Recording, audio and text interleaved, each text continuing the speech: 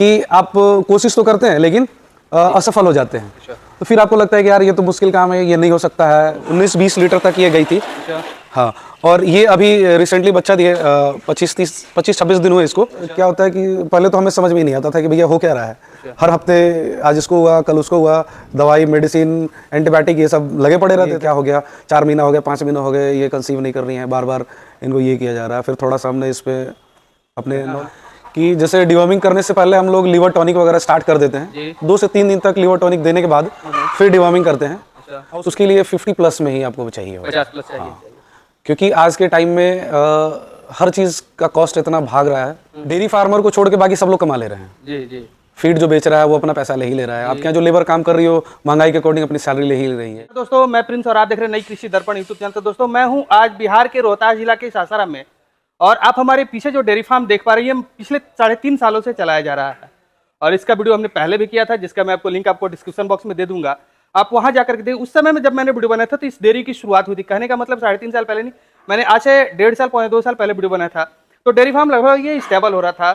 इन्होंने शुरुआत में पंजाब से पशु लेकर के आया और इस डेयरी की शुरुआत इन्होंने की।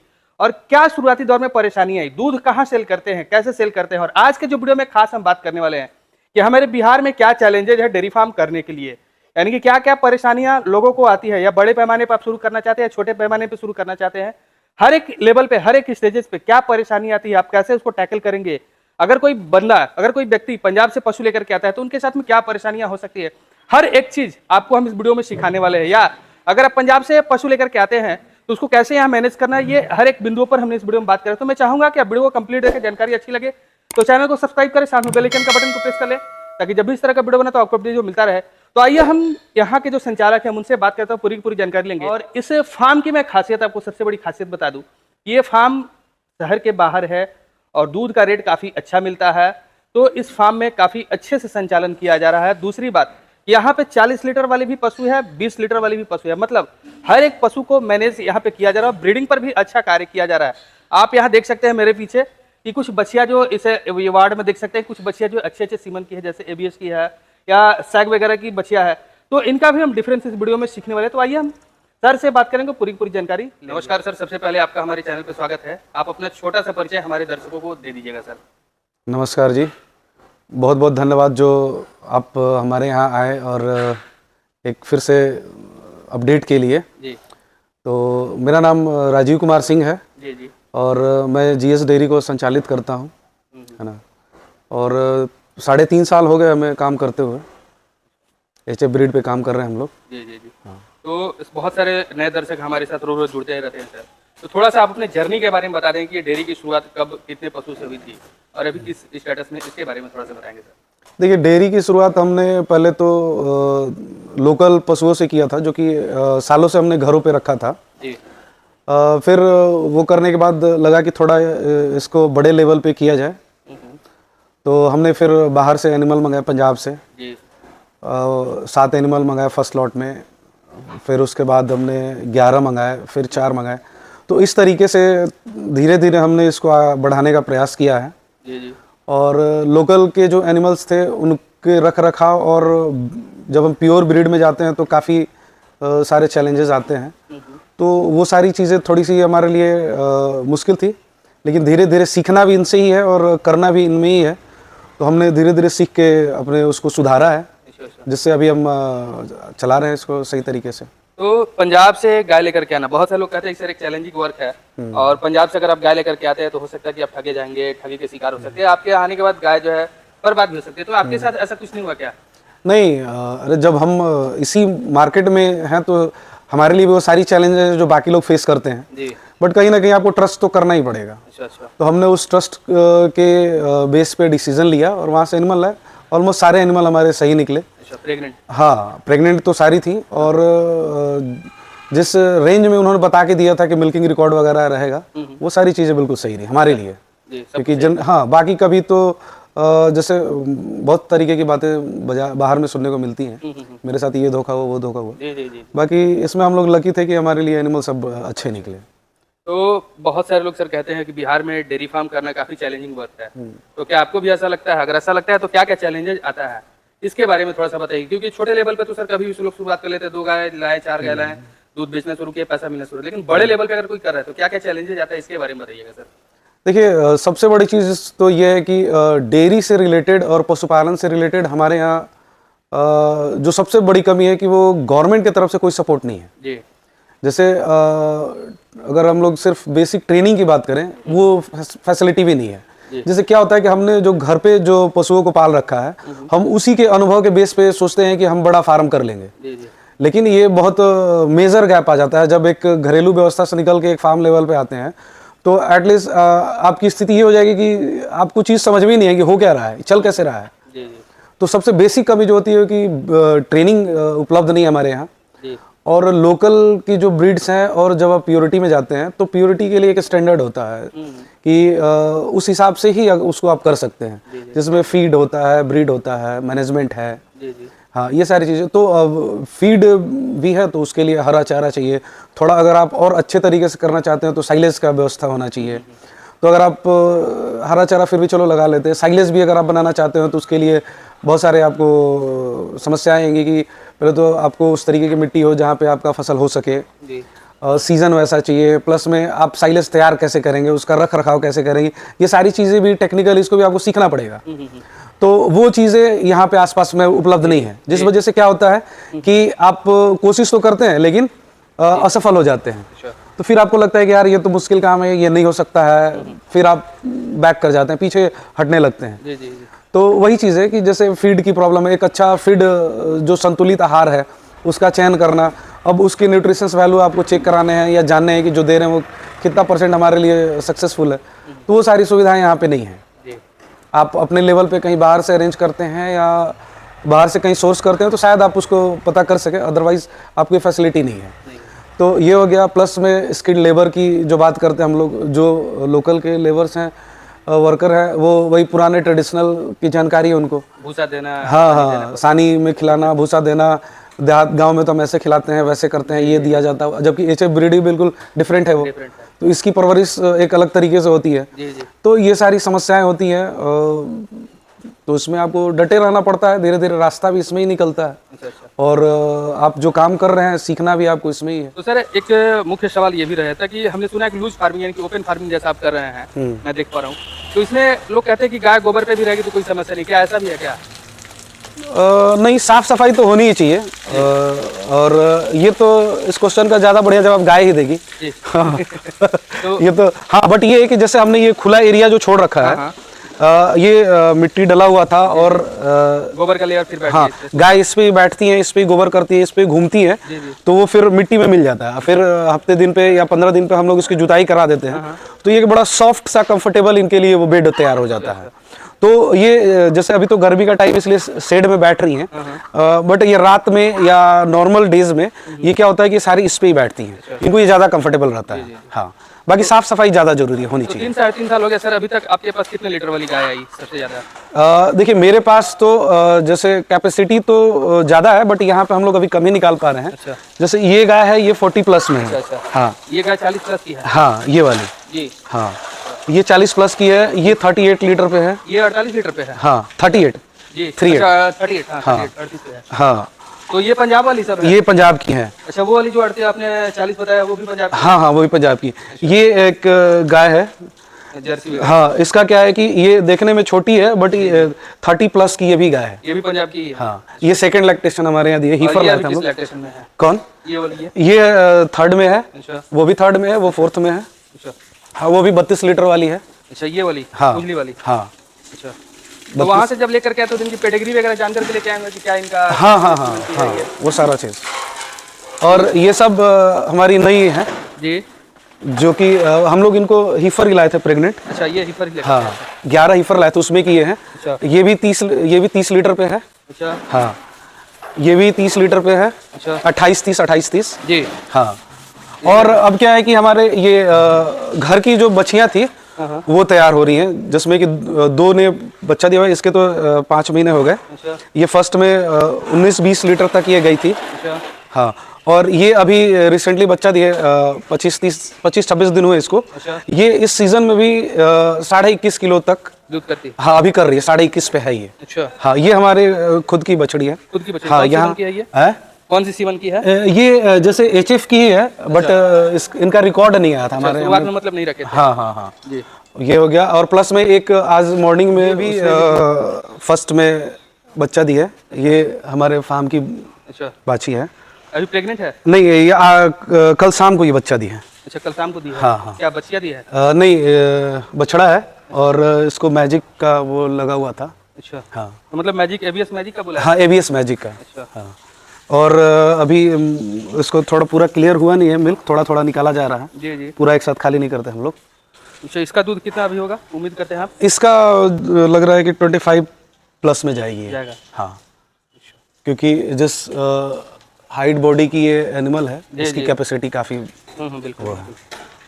और ये सारी का ये क्या इधर ही के लोकल ब्रीड है या ये पंजाब? हाँ नहीं, इसमें एक ये लोकल की है। ये लोकल की है। हाँ ये प्रेग्नेंट है, ये प्रेग्नेंट है। जी जी। हाँ और इधर क्या मिल्किंग वाली है कि? हाँ इधर मिल्किंग वाली है। ये हमने कैटेगरी वाइज इनको डिवाइड। वो फर्स्ट ब्लॉक हमारा वो 20 प्लस की एनिमल है उसमें। फ्रेश मिल्किंग में। हाँ 20 प्लस के ऊपर की जितनी गाय है वो उधर है।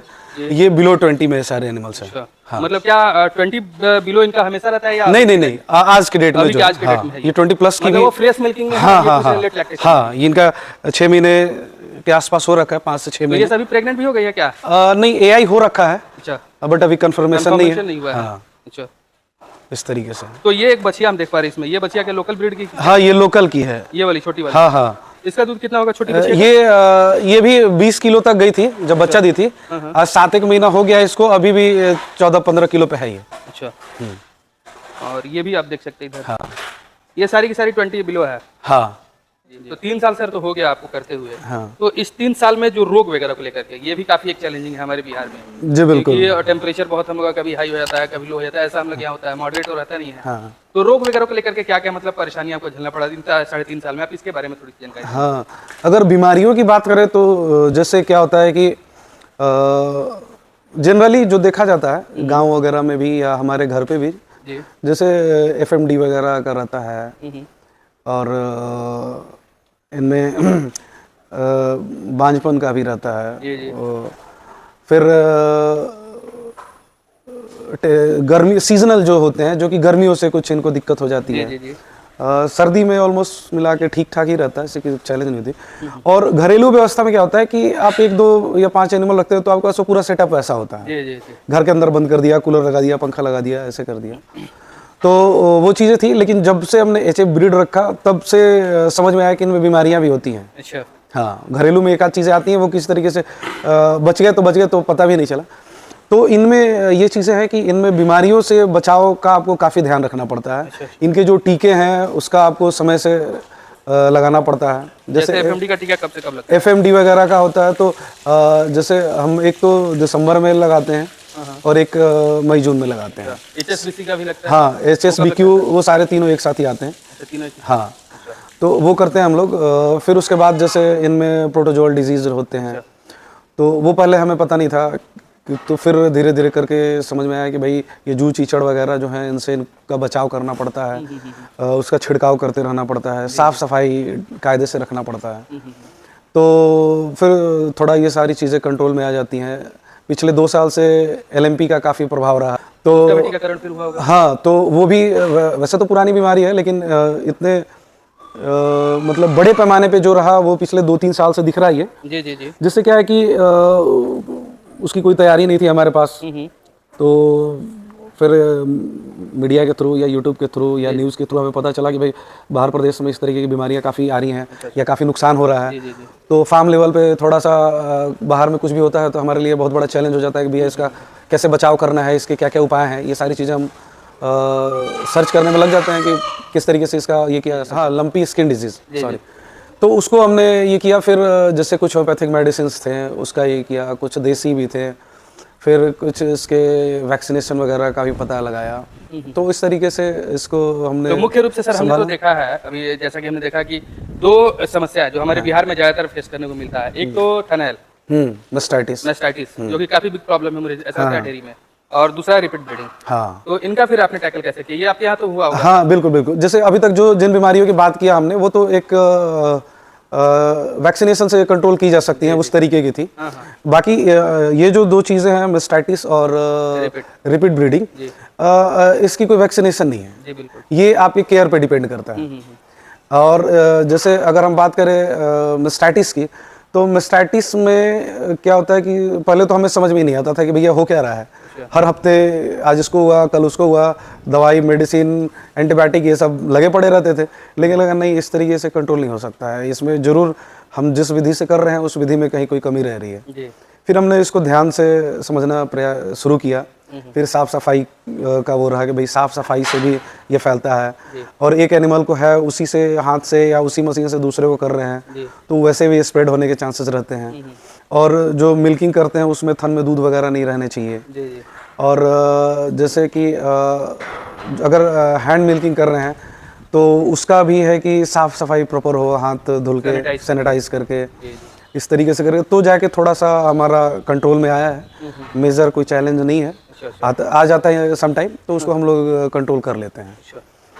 तो अब जी तो हाँ, और जैसे मेस्टाइटिस के बाद जो रिपीट ब्रीडिंग है, अच्छा, हाँ, रिपीट ब्रीडिंग, हाँ, ये डेयरी के लिए बहुत बड़ा चैलेंज है, और मुझे लगता है कि ये इस परेशानी को सारे लोग फेस कर रहे होंगे। बिल्कुल। परसेंटेज कम ज़्यादा हो सकता है। हाँ। पिछले 2 सालों में हमने भी काफ़ी इसको फेस किया हुआ है, तो थोड़ा सा नया व्यवस्था था, हमने प्योर ब्रीड पे काम किया, बाहर से एनिमल लाए, तो थोड़ा सा हमारे लिए भी चैलेंज रहा कि भैया कैसे, ये क्या हो गया, 4 महीना हो गया, 5 महीना हो गए, ये कंसीव नहीं कर रही हैं, बार बार इनको ये किया जा रहा है। फिर थोड़ा सा हमने इस पे अपने नॉलेज को बढ़ाया, जानकारी ली कई माध्यम से, और फिर इनके रख रखाव, खान पान और इनके केयर में तो जाके ये चीज़ें थोड़ी कंट्रोल में आई हमारे। तो मिला जुला के ठीक ठाक है, कोई वैसी नहीं है, 5-10% का तो रहता ही है। हाँ, तो अब थोड़ा सा हम आपके सेट डिजाइन पे या फार्म का एरिया पे बात कर लेंगे। तो कैसे कैसे आपका फार्म सेट, मतलब कितने में कितना है? सेट हमारा 120 बाई 45 फीट में है। अच्छा, 120 बाई 45 में। हाँ, ये इधर मतलब कितना होगा? ये 120 फीट है। ये इस साइड का एक ये चौड़ाई तो 45 फीट हो गई, 45 फीट का, और लंबाई इसकी 120 फीट हो गई, है ना। और दोनों साइड से हम खिलाते हैं, बीच में ये गैंगवे रास्ता आने जाने के लिए, इनका भोजन पानी लाने के लिए, रखने के लिए, तैयार करने के लिए, और इनके साथ में ये पानी की व्यवस्था की गई है, जी, जो कि ऑटोमेटिक फिल होते रहता है। अच्छा, है ना। तो 24 आवर्स इनको वाटर अवेलेबल रहता है, जैसे इनकी इच्छा हो वैसे अपना पीते रहते हैं। और ये खाना डालने के लिए, चारा डालने के लिए है। जी।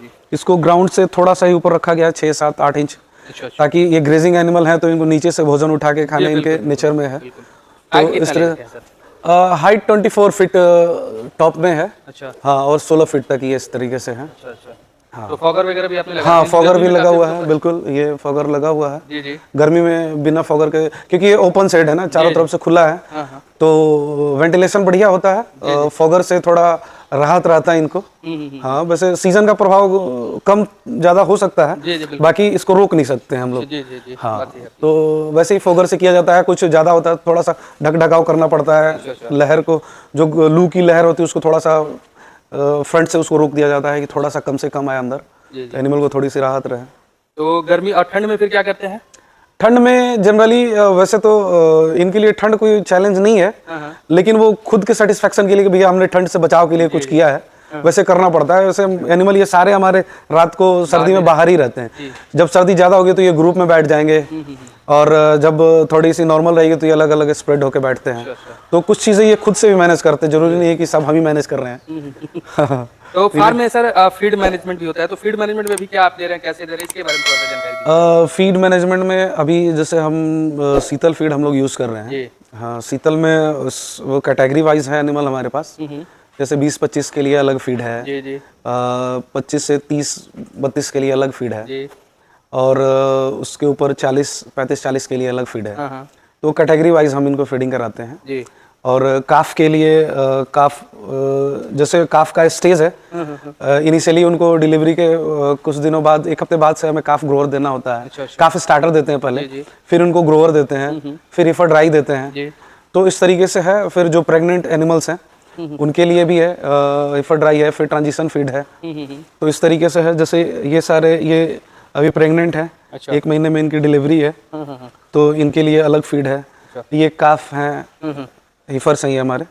तो जैसे ये आपका बोले तो कितनी मात्रा में देते हैं, क्वांटिटी क्या होता है? क्वांटिटी मिल्किंग में है जो उसको पर लीटर 400 ग्राम देते हैं हम लोग, वही स्टैंडर्ड है। ड्राई वाली का? ड्राई वाली का जैसे ये ड्राई पे है तो इनको 1.5 से 2 किलो तक इनके मेंटेनेंस के लिए देते हैं। हाँ, और जैसे टाइम अगर नज़दीक आ जाता है तो फिर वो फीड चेंज होता है, तो खुराक भी, हाँ बिल्कुल। तो जैसे भूसा में क्या भूसा देते हैं, तोड़ी देते हैं? हाँ, हमारे जैसे भूसा है और फिर ये पुआल का जो, पुआल का भी देते हैं? हाँ, वो मिक्स करके देते हैं। जैसे अभी गर्मी के लिए तो भूसा थोड़ा सा ये हो जाता है, जैसे बताते हैं कि ये अभी गर्मी करता है इनको, तो गर्मी में इनके लिए दिक्कत हो जाता है थोड़ा, तो दोनों मिक्स करके देते हैं कि थोड़ा एक उनके रूटीन में भी रहे चीज़ें और हैबिचुअल हो जाए उस चीज़ के लिए। तो इसका भूसा के अलावा हरा चारा पूरे साल मिलता है क्या? हरा चारा का रहता है, बट थोड़ा सा इस गर्मी में इस बार थोड़ा सा वो हो गया है। साइलेज वगैरह मंगाते हैं? साइलेज भी मंगाते हैं हम लोग, बाहर से ही मंगाते हैं। तो अभी बनाने देते हैं साइलेज? नहीं, थोड़ा सा वो रखते हैं हम लोग, जैसे अपना हरा चारा होता है तब साइलेज नहीं यूज हो पाता। हरा चारा रहता है तो साइलेज नहीं? हाँ, और साइलेज आता है तो फिर हरा चारा? जैसे हरे चारे की कमी होगी उस व्यवस्था में हम लोग बाहर से मंगा लेते हैं, वो भी जो हाई मिल्किंग में एनिमल उनके लिए। तो इनके अलावा कुछ सप्लीमेंट्स भी देते हैं, जैसे मिनरल हो गया, मिनरल मिक्सचर? जी बिल्कुल, हाँ, मिनरल मिक्सचर वगैरह देते हैं। कितनी मात्रा में? वो जैसे 50 ग्राम से 150 ग्राम तक हम देते हैं। हाई मिल्किंग में जो है उनको 150 ग्राम तक दिया जाता है, और 100 ग्राम दिया जाता है जो एवरेज में है, और 50 ग्राम तो हम सारे एनिमल को देते हैं। तो डिवार्मिंग भी कराते हैं? डिवार्मिंग भी एवरी 3 मंथ्स पे हम लोग कराते हैं। डिवार्मिंग अलग अलग साल से कराते हैं कि एक ही साल? नहीं, वो चेंज करके। चेंज करते हैं? हाँ, वो कुछ सीजन के अकॉर्डिंग होता है, कुछ एनिमल के अकॉर्डिंग, इस तरीके से। जी।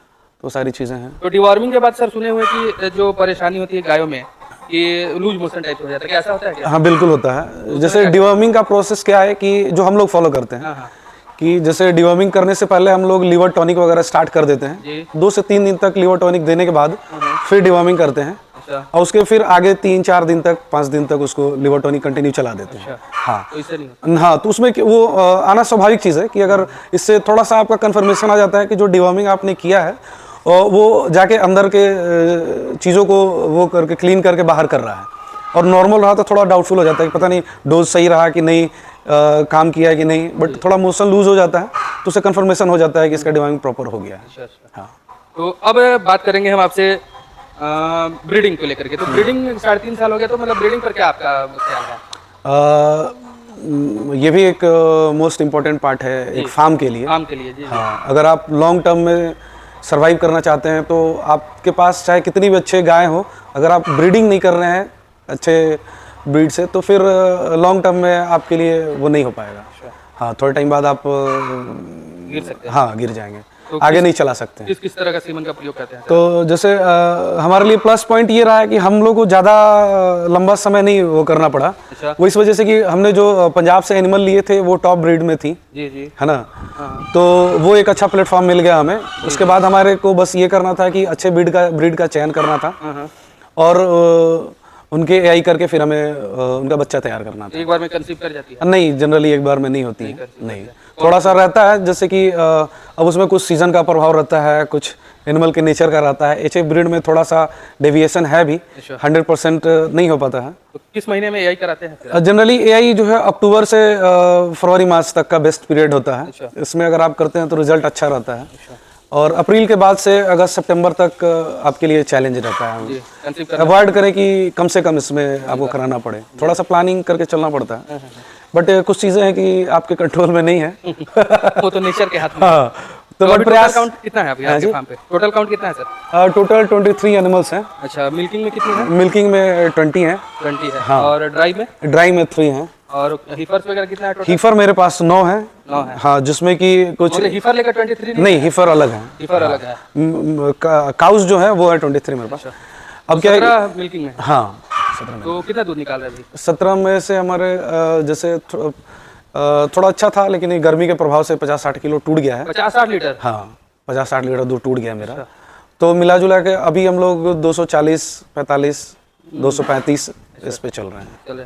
दूध कहाँ बिकता है सर? दूध हमारे जैसे कि कुछ तो शहर में हम लोग बॉटलिंग करते हैं। अच्छा। और अपना स्कूल है जीएस रेसिडेंशियल स्कूल, उसमें हॉस्टल है, तो वहाँ पे 60 लीटर दूध जाता है हमारा, और कुछ टीचर्स वगैरह हैं, तो इस तरीके से। तो किस रेट से मतलब एवरेज देखा है तो दूध जाता है आपका? एवरेज मेरा 50 प्लस में दूध। तो दूध बेचने में काफी मतलब परेशानी कभी हुआ कि नहीं हुआ आज 3-3.5 साल में कभी भी? नहीं, इस मामले में तो नहीं रहा, क्योंकि हमने जिस स्टैंडर्ड से कमिट किया था कस्टमर को, उस स्टैंडर्ड पे हम लोग डिलीवरी कर रहे हैं अभी भी। जिसमें क्या होता है कि आज तक 3 साल, अगर जिन्होंने डे फर्स्ट से स्टार्ट किया था, हमारे एंड से एब्सेंट एक दिन भी नहीं हुआ है। अच्छा। हाँ, तो एक सर्विस से वो बड़ी सेटिस्फाइड रहते हैं। जी। प्लस में टाइमिंग का रहता है, हम लोग प्रयास करते हैं कि सुबह जल्दी से जल्दी उनको उठने से पहले तक हम उनको दूध अवेलेबल करा दें। हाँ, ताकि उनको वेट नहीं करना पड़े। जी जी। है ना, तो वो है। और क्वालिटी की जो जिस स्टैंडर्ड का दूध उनको हमने दिया है, सालों मेंटेन करें। तो उसके लिए हम लोग, जैसे ऐसा नहीं है कि जब गाय बच्चा देती है तब दूध उनके पतला हो जाता है, बाद में धीरे धीरे थोड़ा सा वो मतलब गाढ़ा हो जाता है। हाँ, तो वो हम लोग देखते रहते हैं कि भाई किसी कस्टमर को नहीं गाय का दूध नहीं चला जाए, ये वो अपने हिसाब से मैनेज करके देते हैं। तो मतलब इस वजह से क्या होता है कि लोगों का बड़ा पॉजिटिव रिस्पॉन्स आता है, बहुत अप्रिशिएट करते हैं दूध के हमारे, और अभी भी बहुत डिमांड में है, हम लोग फुलफिल नहीं कर पा रहे हैं। हाँ, और हम लोग क्या है कि स्टेप बाय स्टेप वो करते हैं, ऐसे नहीं कि आज मेरे पास दूध है तो सारे को शुरू कर दिए, फिर 2 महीना 6 महीने बाद बोलने लगे जी दूध नहीं है, दूध नहीं है, दूध, वैसे नहीं, थोड़ा मार्जिन लेके चलते हैं हम लोग। देते हैं क्या? नहीं, अभी क्या है कि दूध में ही हाँ, वो एक्चुअली दूध बचता नहीं है हमारा, तो फिर हमें दूसरे प्रोडक्ट की ओर अभी हाँ। और एक जनरल सवाल सर आपसे हम पूछना चाहेंगे कि बिहार में अभी बहुत सारे लोग कहते हैं कि रेट नहीं है, दूध का रेट नहीं मिलता है, तो क्या मतलब कितना रुपए का रेट रहे तो आप डेयरी में सस्टेन कर सकते हैं? देखिए, अगर आप डेयरी को सिस्टम से ऑपरेट कर रहे हैं, सिस्टमेटिक तरीके से, लेबर वगैरह सब, हाँ, हर चीज़ उसके एनिमल का पूरा मैनेजमेंट आपका तरीके से, तो उसके लिए 50+ में ही आपको चाहिए होगा। 50+ चाहिए। हाँ, क्योंकि आज के टाइम में हर चीज़ का कॉस्ट इतना भाग रहा है, डेयरी फार्मर को छोड़ के बाकी सब लोग कमा ले रहे हैं। जी जी। फीड जो बेच रहा है वो अपना पैसा ले ही ले रहा है, आपके यहाँ जो लेबर काम कर रही हो महंगाई के अकॉर्डिंग अपनी सैलरी ले ही ले रही है, आपका जो इनके भूसा है, चारा है, वो मार्केट के अकॉर्डिंग मिल ही रहा है। हाँ, दूध के रेट में आपको प्रॉब्लम है, अगर आप रिटेल कर रहे हैं तो थोड़ा ढंग का मिल जाता है, अदरवाइज आप डेयरी वगैरह में ये कर रहे हैं तो आज भी डेयरी 32-35 से ऊपर का नहीं देता है। अब आप बताओ कि 36 रुपये मेरा फीड पड़ रहा है और मैं 32 रुपये दूध देके कहाँ से चला पाऊंगा, प्लस में ये लेबर कॉस्ट है, इनका बाकी मेंटेनेंस है, लाइट, बिजली, बत्ती, भूसा का खर्चा, हरा चारा का खर्चा, मेन पावर का खर्चा, तो बहुत बड़ा चैलेंज है ये कि दूध का पैसा नहीं मिल पा रहा है डेयरी वगैरह में, या रिटेल के अलावा कोई चॉइस नहीं है। फिर आप बड़े वो हो जाते हैं कि अब करे तो करे क्या, दूध का तो प्रोडक्शन कर दिया, अब दूध का क्या करें, फिर आप के लिए प्रॉब्लम आ जाती है, फिर आप निगेटिव होने लगते हो, फिर आप घाटे का सौदा करने लगते हो। बात सही है आपकी। तो इस वजह से बहुत किसान हताश हो जाते हैं, इसलिए लगता है कि 1-2 से ही चलने दो, बड़े में तो बड़ा लॉस भी उठाना पड़ेगा ना। बात सही है। तो इसलिए कोई बहुत आगे बढ़ के ये नहीं करना, ये कर रहा है, बहुत बड़ा चैलेंज है मार्केट का। तो अगर ओवरऑल प्रॉफिट की बात करते हैं हम, तो डेयरी में अगर देखा तो कितना प्रॉफिट हो जाता होगा? आपकी डेयरी की नहीं मैं बात कर रहा हूँ, मतलब ओवरऑल एक डेयरी फार्म का बिजनेस अगर इस लेवल पे कर रहा है तो कब प्रॉफिट होना शुरू होता है और कितना तक हो सकता है सर? देखिए, प्रॉफिट है तभी लोग करते हैं, ऐसी बात नहीं है, प्रॉफिट है तभी लोग कर रहे हैं। और जैसे हमारा जो एक्सपीरियंस रहा हुआ है कि हमने जैसे 3.5 साल होने जा रहा है, तो उसमें क्या है कि शुरू के साल में तो आप खर्चा वर्चा तक ही कर पाते हैं, क्योंकि बहुत सारी चीज़ें नई होती हैं, अनुभव नहीं होता है, बहुत सारे चैलेंजेस होते हैं, उसमें बहुत सारा आपको लॉस उठाना पड़ता है, एनिमल रिपीट कर रहा है, कोई डैमेज हो गया, कोई नुकसान हो गया, तो उसमें प्रॉफिट शुरू में तो नहीं रहता है, बट ये लगता है कि 3-1 साल के बाद से थोड़ा प्लस में आना शुरू हो जाते हैं। हाँ, जब आपके हिफर्स गाय में कन्वर्ट होने लगती हैं, और फिर कुछ एनिमल आप फिल्टर कर लेते हो, क्योंकि शुरू में आप जो खरीदते हो जरूरी नहीं वो सारी अच्छे एनिमल मिले, तो फिर अपने स्टैंडर्ड के एनिमल आप उसमें से चुन के निकालने लगते हो, कुछ सेल करने लगते हो, फिर मिल के अलावा अगर आप प्रोडक्ट रेंज में जा रहे हो तब आप थोड़ा प्रॉफिट में आने लगते हो। इस तरीके से सिर्फ दूध से थोड़ा सा मुश्किल रहता है। तो अगर कोई नया पशुपालक चाहता है डेयरी फार्म का बिजनेस करना, तो क्या मतलब वो कर सकता है आसानी से? नहीं, क्यों नहीं कर सकता है, बिल्कुल कर सकता है। हाँ, शुरुआत छोटे पे ही करनी चाहिए, क्योंकि उससे क्या होता है कि आप अच्छे से सीख पाओगे, क्योंकि छोटे पे आपका क्या होगा कि ध्यान पूरा रहेगा और आप चीज़ों को ऑब्जर्व कर पाओगे, और फिर जैसे आपका एक्सपीरियंस बढ़ते जाएगा, फिर आप 2 की जगह 5 को मैनेज कर लोगे, 10 को मैनेज कर लोगे, 20 को कर लोगे, 50-100 को कर लोगे, तो आपको खुद को अपग्रेड करना होता है टाइम टू टाइम, और इनसे ही सीख के आपको ये करना होता है। पहले खुद ही सीख ले, ट्रेनिंग ले ले 2 हज़ार की, हाँ उसके बाद करें। हाँ, अगर आप चाहते हैं कि थोड़ा सा सिस्टमेटिक वे में डेयरी फार्म में स्टार्ट करना, छोटे लेवल पे स्टार्ट करें, हर चीज़ को समझे, जानकारी अपनी बढ़ाएं, कहीं से ट्रेनिंग ले सकते हैं बोले, तो फिर आपके लिए थोड़ा आसान हो जाएगा। चलिए सर, काफ़ी अच्छी आपने जानकारी दी हमारे दर्शकों के लिए, इसके लिए आपको बहुत बहुत धन्यवाद sir. Thank you sir, thank you.